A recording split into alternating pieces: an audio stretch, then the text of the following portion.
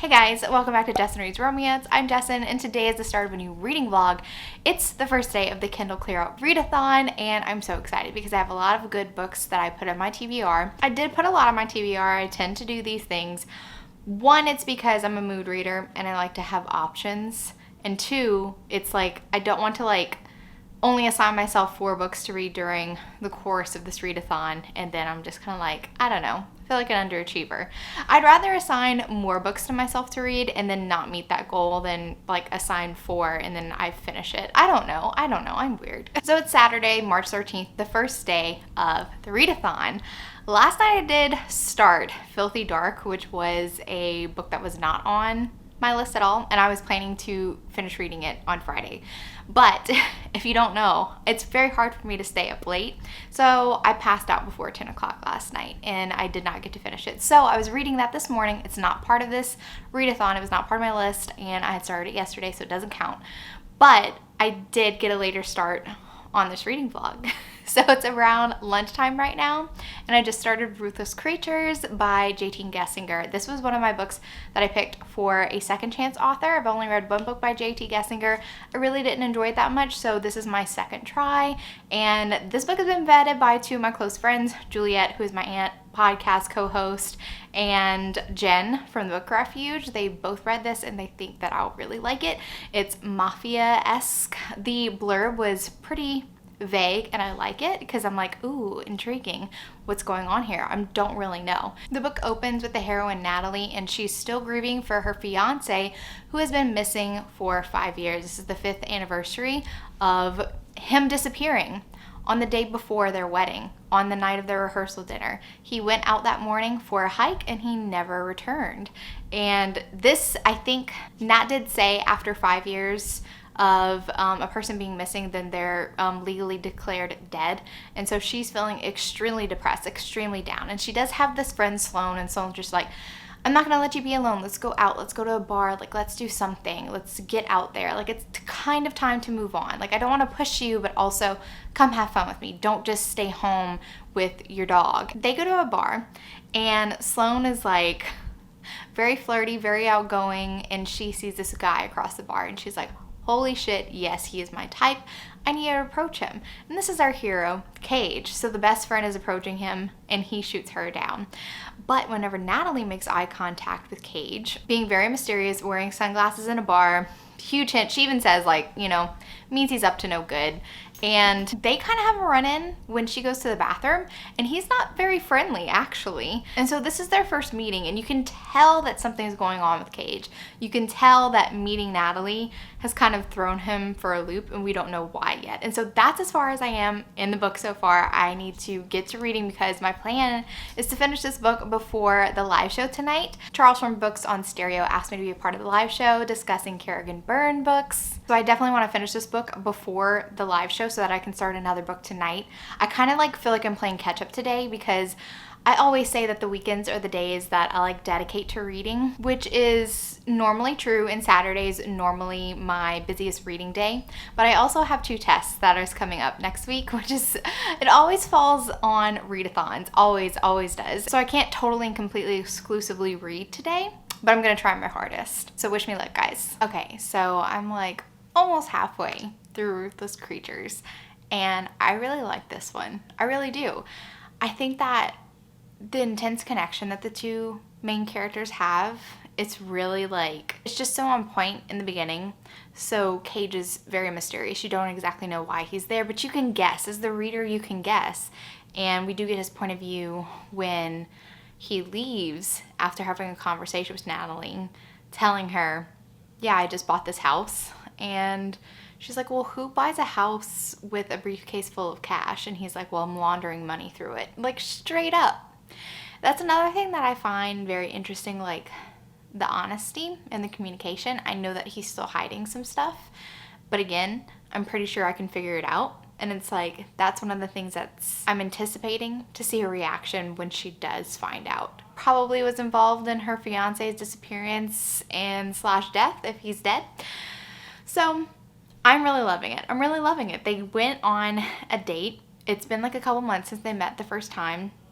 And he shows back up on her doorstep again, and that's another thing that I really like though too, is that the author J.T. Gessinger lets some time pass. So she met Cage, they spent nil time together, but she's been thinking about him, and so it feels like they've known each other longer, even though they've only met a handful of times or conversed with each other for like a couple hours tops, but it doesn't matter because I can understand how she's falling for him, even though they haven't known each other for that long. So like I said, they're going on a double date. She has a friend, Sloan. I really like Sloan. She's completely opposites with Natalie, and she really needs that. And when they get to the restaurant, Sloan is on a date with this guy named Stavros, but his friends are also there, and some very interesting things happen. The conversation's just very interesting, and I like how Natalie, the heroine, reacts.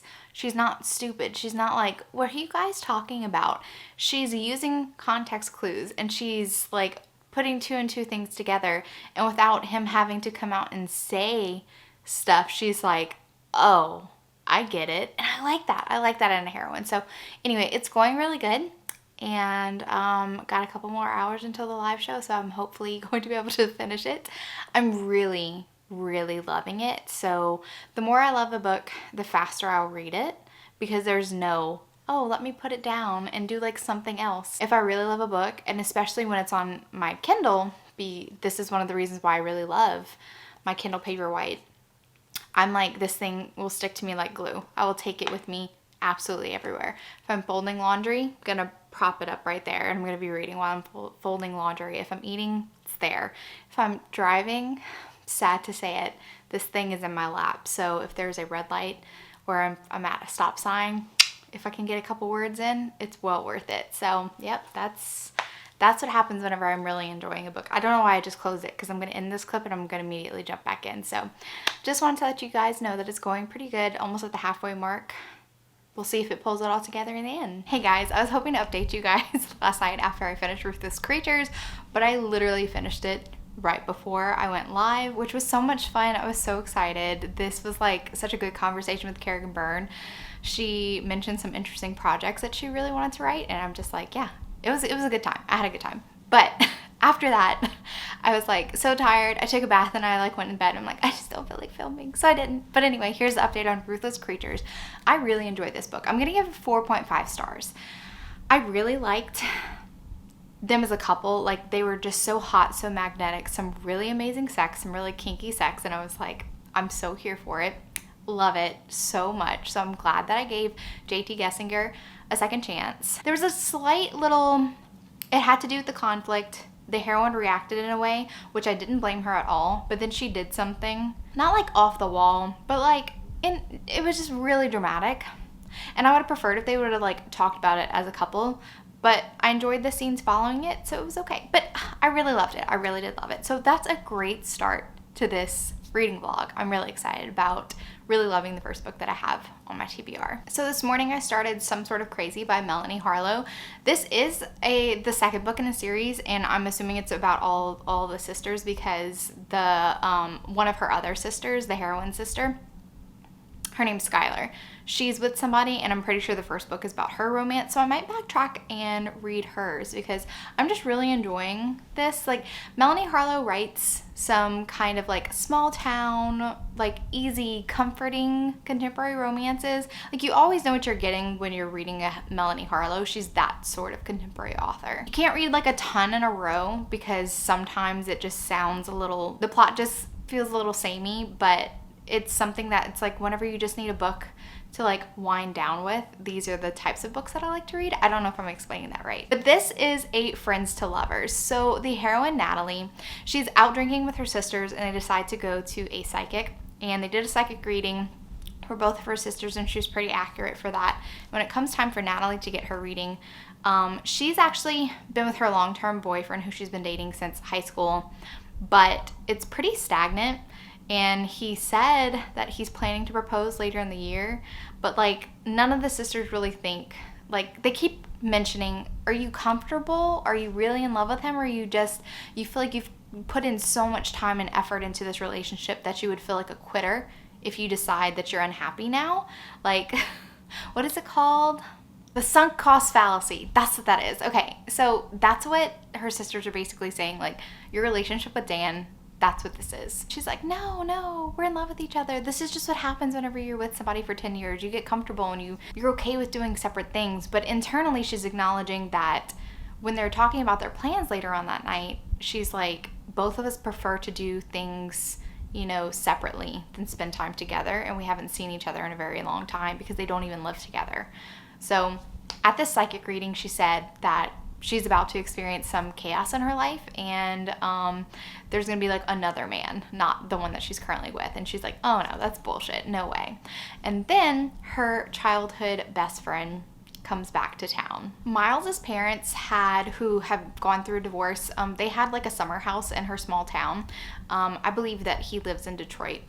And he shows up. She had just recently opened like this little like coffee shop / diner. And so he shows up at like 4 o'clock in the morning at her coffee shop while she's going to open it. And they end up by spending a lot of time together. She goes on a date with her boyfriend later on. And then her boyfriend's like, I think we need a break. And she finds out that the boyfriend had cheated on her. And she realizes that maybe I do need a change. And Miles is here and he spent all day with me. And like he's really invested in, you know, what I'm doing and how I've been, and he's like really paying attention. And Miles has always had a thing for her, but he's kind of a little bit of a man whore, and his job is to date women and write articles about it. And so she never really took him seriously. He's a little bit flirty, and she never really took all of his, you know, come-ons very seriously. But he's been thinking about this for about a year. He can't stop thinking about Natalie, that there's something about their relationship that's been bugging him, and he wants to find out what that is, and it's just like such a perfect scenario. So I'm assuming that they're going to kind of cross that line from friendship to lovers pretty soon. So I'm excited to see what happens, and I'll let you guys know. I have high hopes for this one. I really like it because they really feel like friends. I feel like sometimes with friends to lovers, maybe it doesn't work because they just don't feel very comfortable with each other. But like these characters, like Miles and Natalie, really do feel like they know each other so well. I'm wondering what it's going to take for Natalie to like flip her switch and accept this. So I have an update for some sort of crazy. I just finished this book and I really liked it. I think their chemistry was really great. Like I said before, like Miles and Natalie really felt like they had been friends for a long time, and I like how they really did keep in touch. And so after she decides that, you know, she needs to be done with her boyfriend, I'm really glad that that wasn't like a huge drama, because it was so obvious that she really needed to dump him. Miles invites her on like a road trip. Like, you never take a break. You just open this store and you're, you know, there every single morning at 4 a.m. You're like busting your ass. I've been watching you since I've been here, and like you really could deserve a break. Why don't you come with me to Detroit and it'll be like a mini vacation? And so it was just like so sweet and so nice until the hero decided to act like a asshole. And this was like the third act conflict. It's like romance 101, but sometimes I feel like conflicts can be a little bit over the top whenever it doesn't need to be, because they already have some issues with them, you know, being in a long-term relationship, with his job being to date women and write about it in an article, and also him living like 5 or 6 hours away from her. So the distance is enough of a conflict, but then we went really dramatic with the third act conflict. And so I just would have preferred if Melanie Harlow like pulled back a little bit on that type of stuff, but I still really enjoyed the characters. So I'm gonna give it 4 stars. I liked it. And I definitely want to read the next one, because at the end of the book, it said that the oldest sister is the next book, and it's a single dad romance. I love single dad romances. So I really do want to read that one, but not until after the readathon. Today I'm actually... So I need to start Mr. Romance. That's the oldest book on my Kindle. And then I need to start an audio as well, because I'm about to go to my grandmother's house.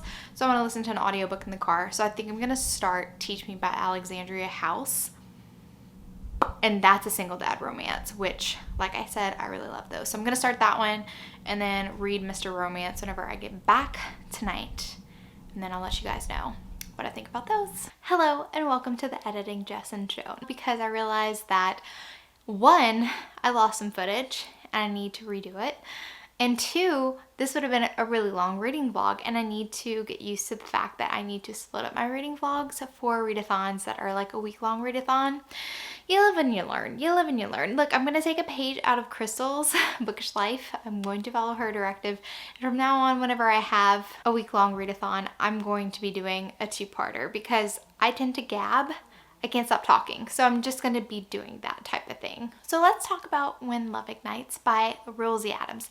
This was one of the pieces of footage that I had to scrap because it was staticky and I didn't like it, and so I was just like, we're gonna redo it. We're gonna redo it because I love Rosie Adams and I feel like she just deserves better. So I'm just going to go over this book again. I really loved it. This is the fourth book in the Falling Like a Johnson series, and I've read the 3 books previously. Now, I picked this one as a novella, and then I realized later that it was a short book and not a novella. But it was just my assumption because the 3 previous books in the series were novella length. And this was the longest book in the series that I've read to date. And I realized it as I was reading. I was like, man, this feels a lot longer. I wasn't mad at it. I was not mad at it at all. So this was an enemies to lovers romance. And I find that lately enemies to lovers romances are not like my go-to. It used to be my favorite trope. It's why I did not pick enemies to lovers for my favorite trope for this reading prompt. It went to friends to lovers. But anyway, so Jasmine Johnson is the only girl of her Johnson family, and they're a very prominent Black family in New York. She is a lawyer and she's getting some pushback from a fellow colleague. Alec Alvarez does not really appreciate that there's nepotism going on in the office because Jasmine's father owns his firm and she has a spot on it. But the thing about it is, which I totally understand with her, is that she's like, he's never had any problem with my brothers who are lawyers and who work at this firm, but apparently it's me who's the problem. And why? Is it because I'm a girl? Like, what's happening here? Why are you so against me earning my spot, earning my place in this company? Why do you think that my dad just gave me this job? And the thing about it is it all comes to a head whenever they're put on the same case. They're put on the same case because they need to research and they need to find their client not guilty of a very gruesome murder. So they're paired together, and I really like the way that Jasmine approaches it all because she's just like, look, we're on a very important case. Like, this is one of the biggest cases of our career, and I know you don't like me. So let's lay it out all in the open, and why do you have a problem with me? And Alec is just a douche, and he just kind of like picking at her. I really like it though because like Jasmine's the bigger person in this scenario, and later Alec feels that. He knows that he's being unfair to her, and I like that when he talks to his parents, because Alec has a chip on his shoulder about entitlement because his parents were immigrants and they were treated very poorly when they came to America, and he's very proud of earning his spot on this very prominent law firm, and he just does not feel like she deserves it, which is unfair to Jasmine because she 100% deserves to be in this law firm despite the fact that her father owns it. But the fact, I can still empathize with him. You know, I can empathize why he thinks that she's just getting this spot just because she's the daughter of the boss. But again, he's making assumptions. He doesn't know. He is very resentful of the fact that she got a scholarship to go to her college of choice, and he just does not feel like she was in need of the scholarship. And of course, he doesn't have all the information, which makes for a good grovel.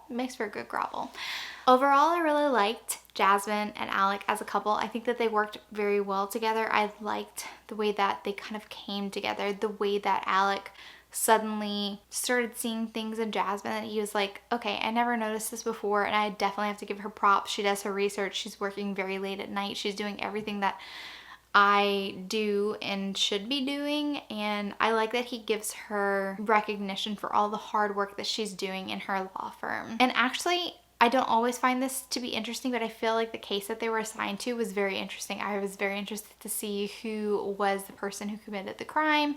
And so I was invested in that part of the storyline, which is a very good sign. I don't expect anything less from Rosie Adams. I really like her writing style. I really like the series. But I do have to say, so at the end of this book, it was very telegraphed who the next book would be about. It's the last Johnson sibling, and it's actually Jasmine, the heroine's twin brother. He's going through a lot throughout the course of this book, and I went to Goodreads because I just wanted to find out what's the title of his book. I wanted to know, and I noticed that, so book 5 is his book, but I noticed that there was a 6th book, and I was very confused at first because I was like, there's only so many Johnson siblings, and who's the 6th book going to be about? So I clicked on the 6th book, and I found out that we would be revisiting a couple that we've already read about in the Johnson series. Funnily enough, it's my favorite couple of the series. It's book 3. I really loved Orlando, and I really loved Katrina and their second chance romance. But the synopsis of that book was like heartache central. And I don't really love revisiting characters that I feel like had a really good HEA. It's one of the reasons why I've not read the sequel to The Simple Wild by K.A. Tucker, and I actually have Say You Still Love Me by K.A. Tucker on this reading vlog. But The Simple Wild was the first book that I ever read by K.A. Tucker, and later on she came out with a sequel to it. And I just didn't feel like that couple needed to be revisited, and I feel the same way about Orlando and Katrina. I feel like their story was my favorite story in the Johnson series, book 3. I absolutely loved it. It dealt with some really serious issues, and I feel like Rosie Adams tackled them so well, and I loved their HEA, and I loved the way that it ended, and I don't want to revisit that couple because by the sound of the synopsis, they're going to go through some very hard times. I don't want it. So, and if I'm being completely honest, I completely read spoilers for that book, and it kind of made me not like the couple. It made me very disappointed in the couple. It's why I don't like revisiting my favorite couples, because sometimes it works. In the case of Grip and Bristle, I love their continuation. Still was a continuation of their love story. I felt like it was beautiful. It was a beautiful addition and very much necessary because it's my favorite book in the series. But whenever we revisit Katrina and Orlando, is to put them through more stuff, and I felt like it made me not like the characters, which is horrible. It's horrible. So it's a very weird feeling to talk about When Love Ignites, because I felt like it was such a great book, but then I found out that Rosie Adams is going to revisit couples and put them through the ringer yet again, and I don't really particularly love that. And through the synopsis, I found out that Alec and Jasmine go through some more stuff in later books, or in upcoming books. At least the 6th book, there is hinted at some trouble in paradise, and I don't particularly love that. So I just had to throw that out there for anybody who's just reading the Following Like a Johnson series for the first time, just like I am. I love these couples so much. There's only one book that I really disliked in the series, which was book 2, and it's kind of sad. I did not want to dislike any more books in the series, but there it is. So will I ever read book 5 and 6 in the Following Like a Johnson series? I don't think so. I'm not interested. The 5th book would already have been a tough sell just because of the fact that Jasmine's twin is doing some stuff that I don't necessarily love. The 6th book, definitely not, because it's my favorite characters of the series, and I don't want to read about them hurting each other. So it's gonna be a no for me. And it honestly, it does color my opinion of When Love Ignites, even though I really love the story, knowing that they're going to go through some stuff in book 6, which I've read about because I read spoiler reviews. I'm just like, it kind of ruins the relationship for me. It really does. I'm not gonna lie about it. So I just felt the need to point that out. The fact that I could feel so great about a book coming out of it, and then finding out that the couples are going to be messed with later on in the series, and I did not like the direction that it was going to go. Okay, so back to my original clips that I filmed that were not messed up.